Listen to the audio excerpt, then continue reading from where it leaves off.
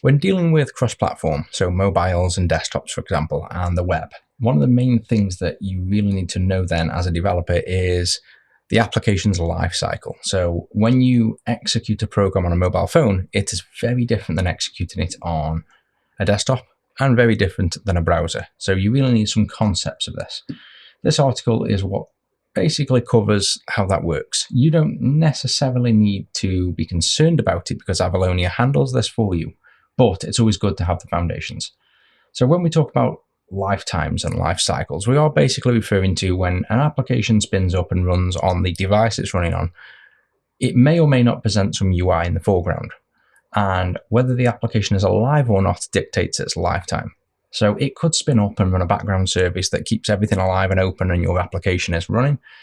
That is still in the lifetime. It's got the life cycle running, and understanding and knowing when that is the case is important to know if your application is running, when it should run, when it shouldn't run, and the differences between that. So if we want to take a look at this, the most simplistic one is probably the starting point, which is your classic Windows or Mac desktop application. This might confuse people if you really want to get down to basics of how applications run. So if we took a look in, say, the desktop here and go to Program, the starting point of any application on Windows, for example, is always this static void main call. This is your entry point into any application. This is where it's going to look for when you double click an executable. And then everything inside of here, once it's finished, the application closes. So if we really wanted to prove this, you could delete everything there. Just say thread.sleep 5 seconds and then nothing else. So it then gets to the bottom, goes out and finishes. If we then press F5, or in fact, it's not set up yet. If we drop down here, select desktop and run, you should be able to see up here, see the stop icon. I'm going to leave it, wait 5 seconds, and then it should disappear. So there we go. That's the application running and dying in 5 seconds. If we put a breakpoint on there and press F5 now, you can see it's going to now hit the debugger. Nothing's going to happen because I'm in debugging, so this is going to survive as long as I'm debugging. But if I press F5 and put a breakpoint below, say, we'll press this, wait 5 seconds. Then after 5 seconds, it would hit the exit bracket. Everything's still running, but the minute I now step over with F5, the application ends. So that is lifetime. That is your application lifecycle. If we then go ahead and put this back in, you can now see we have the Build Avalonia app and starts with classic desktop. This style of function dot another function makes its way in from JavaScript, really. This is kind of JavaScript notation that made its way into C# a while ago. But basically, this is a function call that returns a value. So it's returned an app builder, and then the app builder has got dot, and the app builder itself will have either this function on or an extension method. So just a way of how it kind of makes it look easy to do this concatenation of methods. But ultimately what it does is it runs this code here.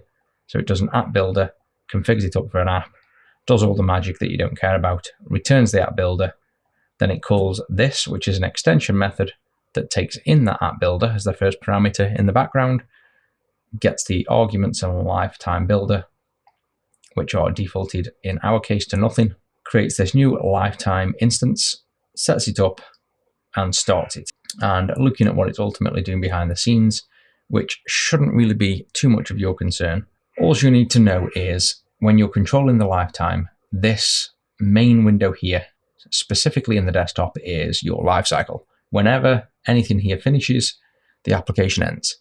We can configure that, and you've seen in the previous videos, by changing the style of when the application closes. And that is done in the shared code inside the application.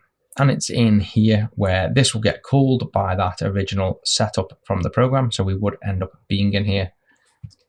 And once we're in the desktop application, we have things like shutdown mode. So now we can set up a shutdown mode on last window or explicit. If we set it to explicit and run the application now, it will not close when we close the window. We would have to explicitly call the desktop.shutdown to close the application. So here's it running. If I close this, and you can see it's still running, there's the stop. So I have to stop the application explicitly.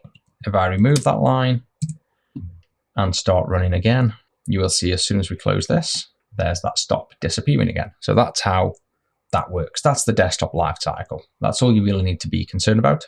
And this basically explains a little bit more about what we've just covered.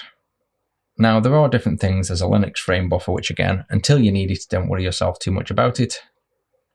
There's the shutdown modes we've just briefly spoken about. And then there's a single view application lifetime. This is for web platforms and also for iOS. So this is the way that the browsers and iOS, and specifically just the Linux frame buffer version of the applications work. So we can see that for iOS in here, and the app delegate will be the main entry point for iPhone. You can see it gets the same kind of app builder, and it returns customized app builder with Interfont. And the way mobile lifecycles work is a topic in itself, but you can think of them as more of a initial running application that can get moved into RAM and put to sleep or killed completely by the operating system at any point in time.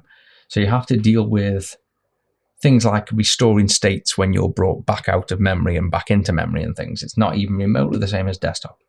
But for what we care about, this is all handled for us by Avalonia in the default template. So we don't really need to be too concerned about how to handle the lifetime. It's just you need to know how the lifetime works if you're going to start developing applications for them, and you want to know the nuances of how they operate differently.